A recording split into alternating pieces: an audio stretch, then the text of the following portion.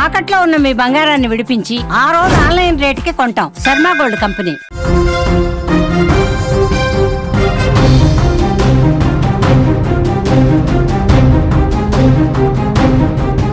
కవిత ఎపిసోడ్లో BRS party silent. Mallanna చేసిన వ్యాఖ్యల విషయంలో దక్కని మద్దతు, రాజకీయాలకు అతీతంగా కూడా సపోర్ట్ నిల్. ఇప్పటి వరకు ఎలాంటి ప్రకటన చేయని బీఆర్ఎస్ పార్టీ ఆడబిడ్డకు అవమానం జరిగినా స్పందించలేదని చర్చ.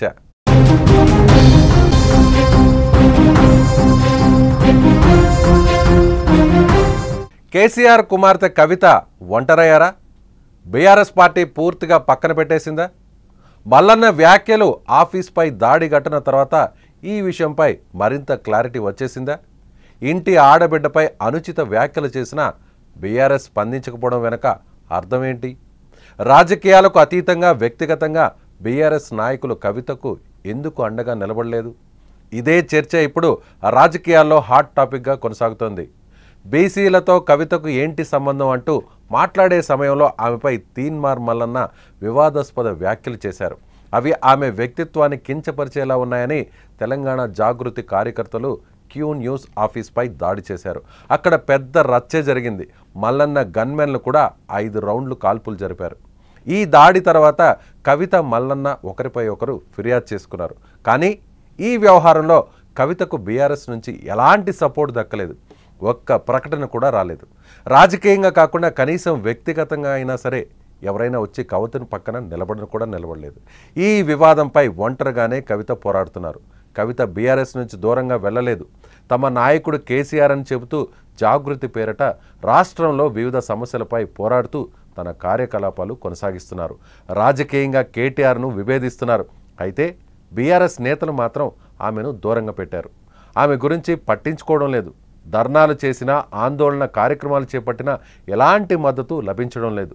కానీ ఇంటి ఆడబిడ్డపై అనుచిత వ్యాఖ్యలు చేసిన క్రమంలో కూడా బీఆర్ఎస్ నుంచి సౌండ్ రాకపోవడంతో ప్రతి ఒక్కరిని విస్మయానికి గురిచేస్తుంది.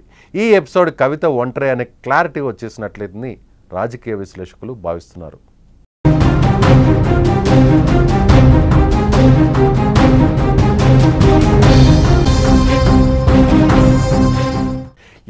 ఇటీవల కాలంలో అన్నా చెల్లెల మధ్య విభేదాలు ఏర్పడ్డాయనేటువంటి విషయం చాలా స్పష్టంగా బహిరంగంగా అనేక సందర్భాల్లో తెలిసిన విషయమే. కవిత రాసినటువంటి లేఖ రాజకీయాల్లో ఒక పెద్ద దుమారాన్నే రేపింది. అయితే ఇప్పుడు కవితపై ఎమ్మెల్సీ తీన్మార్ మల్లన్న ఎమ్మెల్సీ కవితపై ఆయన చేసినటువంటి వివాదాస్పద వ్యాఖ్యలు, దీనికి వ్యతిరేకంగా నిన్న క్యూ న్యూస్ కార్యాలయంపై తెలంగాణ జాగృతి సంబంధించినటువంటి కార్యకర్తలు పెద్ద ఎత్తున దాడి చేశారు. ఈ దాడిలో మల్లన్న గన్మ్యాన్స్ గాల్లోకి 5 రౌండ్లు కాల్పులు జరిపారు. కొంతమంది అక్కడ ఫర్నిచర్ను దాడి చేయడంతో ఆ దాడిలో భాగంగా పగిలిన గాజు ముక్కలు గుచ్చుకొని చాలామందికి గాయాలయ్యాయి. సో దీనికి కౌంటర్గా నేరుగా మల్లన్న దీనికి కారకురాలు కవితే అంటూ ఆయన మీడియాతో మాట్లాడారు. వెంటనే స్పందించినటువంటి తెలంగాణ జాగృతి అధ్యక్షురాలు కల్వకుంట్ల కవిత నేరుగా శాసన మండలి చైర్మన్కు ఫిర్యాదు చేశారు. గుత్తా సుఖేందర్ రెడ్డి ఇంటికి వెళ్ళి ఘటన విషయంపై, ముఖ్యంగా తనను అవమానిస్తూ మాట్లాడినటువంటి మల్లన్న శాసన మండలి సభ్యత్వాన్ని రద్దు చేయాలంటే అపెక్స్ కమిటీకి కూడా ఫిర్యాదు చేస్తానంటూ ఆమె మీడియాతో మాట్లాడారు. ఈ విషయంలో మల్లన్నపై నేను ఏ రోజు ఎలాంటి వ్యాఖ్యలు చేయలేదు. మల్లన్న విషయాన్ని తాను ఎప్పుడు ప్రస్తావించలేదు. అలాంటి మల్లన్న తనను ఇలాంటి మాట్లాడడం ఏంటి, తనపై ఇలాంటి మాటల దాడిని చేయడం ఏంటి అంటూ ఆమె విమర్శించారు. నేను ఊరుకోను, ఆడపిల్లే కదా అని మౌనంగా ఉండబోను, అగ్గిరవ్వుగా మారుతాను. మల్లన్న వెనక ఎవరైనా ప్రేరేపించే వ్యక్తులు ఉన్నా సరే వాళ్ళకు కూడా నేరుగా చెప్తానంటూ కూడా ఆమె మాట్లాడారు. అయితే బీఆర్ఎస్ పార్టీలోనే కొనసాగుతున్నటువంటి స్వయాన కేటీఆర్ సోదరిపై కాంగ్రెస్ పార్టీ నుంచి సస్పెన్షన్కు గురై బయటకు వచ్చి బీసీ ఉద్యమం, ముఖ్యంగా బీసీ పార్టీ పెడతానంటూ ప్రకటన చేసినటువంటి తీన్మార్ మల్లన్న కేసీఆర్ మీద, కేసీఆర్ కుటుంబ సభ్యుల మీద, బీఆర్ఎస్ పార్టీకి సంబంధించినటువంటి నేతల మీద గత కొన్నేళ్లుగా విమర్శల దాడి చేస్తున్నటువంటి విషయం తెలిసిందే. అలాంటి తీన్మార్ మల్లన్నపై అనేక మంది బీఆర్ఎస్ పార్టీకి సంబంధించినటువంటి నేతలు కూడా ప్రతి విమర్శలు చేసిన విషయం కూడా తెలిసిందే. కానీ ఇప్పుడు మాత్రం ఏకంగా కవిత మీద అనుచిత వ్యాఖ్యలు చేసినటువంటి మల్లన్నని బీఆర్ఎస్ పార్టీ లైట్ తీసుకుందా? ముఖ్యంగా ఇటీవల కాలంలో బీఆర్ఎస్ పార్టీలో తన సోదరుడు వర్కింగ్ ప్రెసిడెంట్ కేటీఆర్తో విభేదించినటువంటి కవితను ఇప్పుడు టార్గెట్ చేస్తుందా?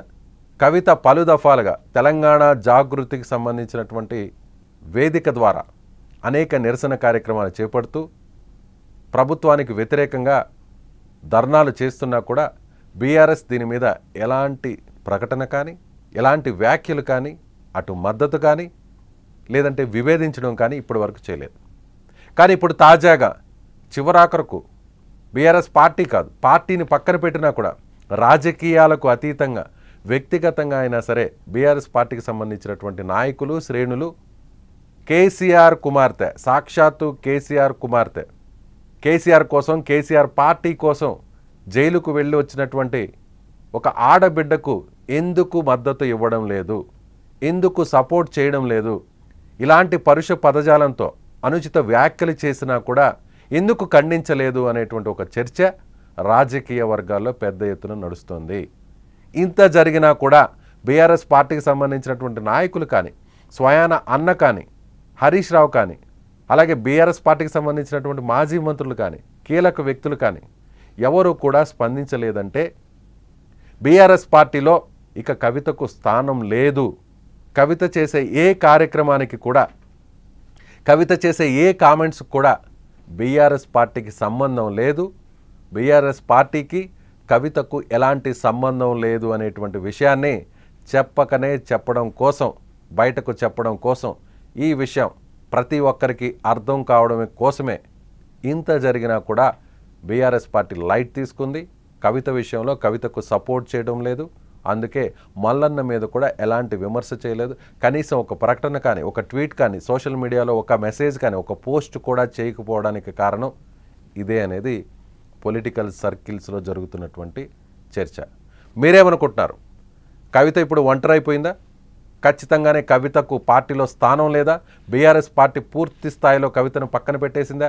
కవిత రాసినటువంటి లేఖ తర్వాత, కవిత చేస్తున్నటువంటి ఎదురు దాడి తర్వాత బీఆర్ఎస్ పార్టీ ఇకపై కవితను సపోర్ట్ చేసే అవకాశమే లేదా? మళ్ళీ కుటుంబం కలిసే అవకాశమే లేదా?